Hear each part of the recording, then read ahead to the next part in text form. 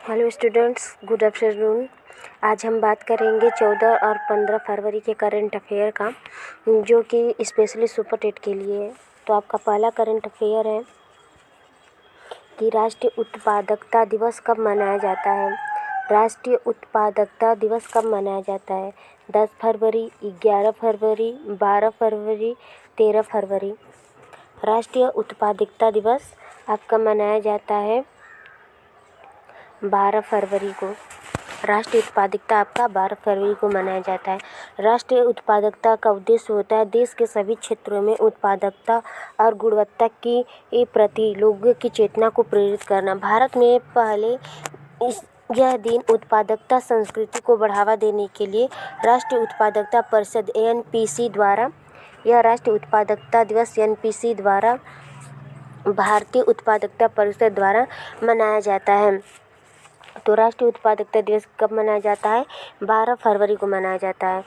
इसके मोस्ट बिंदु जान लेते हैं, इम्पॉर्टेंट पॉइंट्स। राष्ट्रीय उत्पादकता परिषद के महानिदेशक कौन है? अरुण कुमार झा हैं। भारतीय राष्ट्रीय उत्पादकता परिषद की स्थापना कब हुई थी? 1958 में हुई थी। भारतीय राष्ट्रीय उत्पादकता परिषद का मुख्यालय कहाँ पे है? नई दिल्ली में है। तो राष्ट्रीय उत्पादकता दिवस आपका कब मनाया जाता है? 12 फरवरी को मनाया जाता है। नेक्स्ट आपका भारतीय राष्ट्रीय महिला दिवस कब मनाया जाता है? 11 फरवरी, 12 फरवरी, 13 फरवरी, 14 फरवरी। तो आपका भारतीय राष्ट्रीय महिला दिवस मनाया जाता है 13 फरवरी को। भारत में सरोजिनी नायडू की जयंती जो मनाने के लिए हर वर्ष 13 फरवरी को तो भारतीय राष्ट्रीय महिला दिवस मनाया जाता है। इस बार सरोजिनी नायडू की जयंती यानी कि भारतीय राष्ट्रीय महिला दिवस आपकी कौन सी जयंती थी? 142वीं जयंती थी। उनका जन्म जो हुआ था 13 फरवरी 1889 को हुआ था। तो सरोजिनी नायडू के जयंती के रूप में हम भारतीय राष्ट्रीय महिला दिवस मनाते हैं।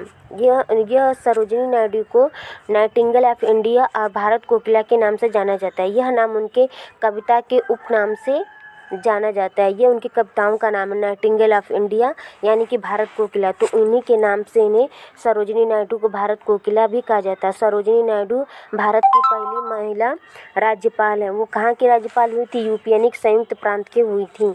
पहली महिला राज्यपाल कौन है? सरोजिनी नायडू है। नेक्स्ट आपका कौन सी कंपनी भारत का पहला सीएनजी ट्रैक्टर लॉन्च कर रही है? भारत का पहला सीएनजी ट्रैक्टर कौन कंपनी लॉन्च कर रही है? अशोक लैंडेड और Maruti, Toyota, Ravan techno solution और Tomasetto Achille India, Mahindra and Mahindra. माने कि भारत का पहला सीएनजी ट्रैक्टर कौन सी कंपनी लॉन्च कर रही थी? कौन सी कंपनी है? रावण टेक्नो सॉल्यूशंस और टामासेटो अचीले इंडिया जो है भारत की पहली सीएनजी ट्रैक्टर लॉन्च कर रही है। इसको जो है ये दोनों में दो कंपनियां संयुक्त रूप से भारत की पहली सीएनजी ट्रैक्टर लॉन्च कर रही हैं। इसे लॉन्च करने से क्या होगा कि जो भारत के किसान हैं उनकी आय में 1 लाख तक की वृद्धि हो जाएगी। यानी कि जो उनको खर्च होता था ये ट्रैक्टर वैक्टर चलाने के पेट्रोल से संबंधित, वो सब अब कम हो जाएगा और उनकी बचत में 1 लाख रुपये की वृद्धि हो जाएगी। तो भारत का पहला सीएनजी ट्रैक्टर कौन कंपनी लॉन्च करी है? रावमट टेक्नो सॉल्यूशंस और टामासेटो अचीले इंडिया जो है भारत की पहली सीएनजी ट्रैक्टर लॉन्च कर रही है। नेक्स्ट है आपका सबसे कम उम्र की महिला अरबपति कौन बनी है? Whitney Wolfe, Herald, Kamala Harris, Gita Gopinath, Hillary Clinton. सबसे कम उम्र की महिला,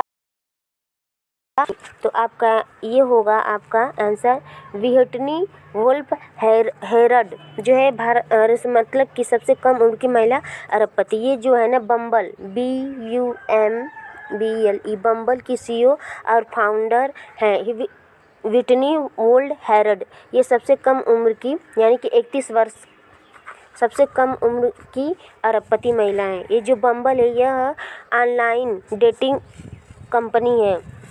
दुनिया की सबसे दूसरी नंबर की ऑनलाइन डेटिंग कंपनी है बम्बल, जो कि इनके CEO और फाउंडर है व्हिटनी वुल्फ हेरल्ड जो कि सबसे कम उम्र की महिला अरबपति बनी है। नेक्स्ट आपके ठीक ठाक मोबाइल ऐप का निर्माण किसने किया? ठीक ठाक, ना कि टिकटॉक। ठीक ठाक मोबाइल ऐप का निर्माण किसने किया? आशा प्रकाश, श्वेता प्रकाश, साइना सोडी, मोनिका प्रजापति।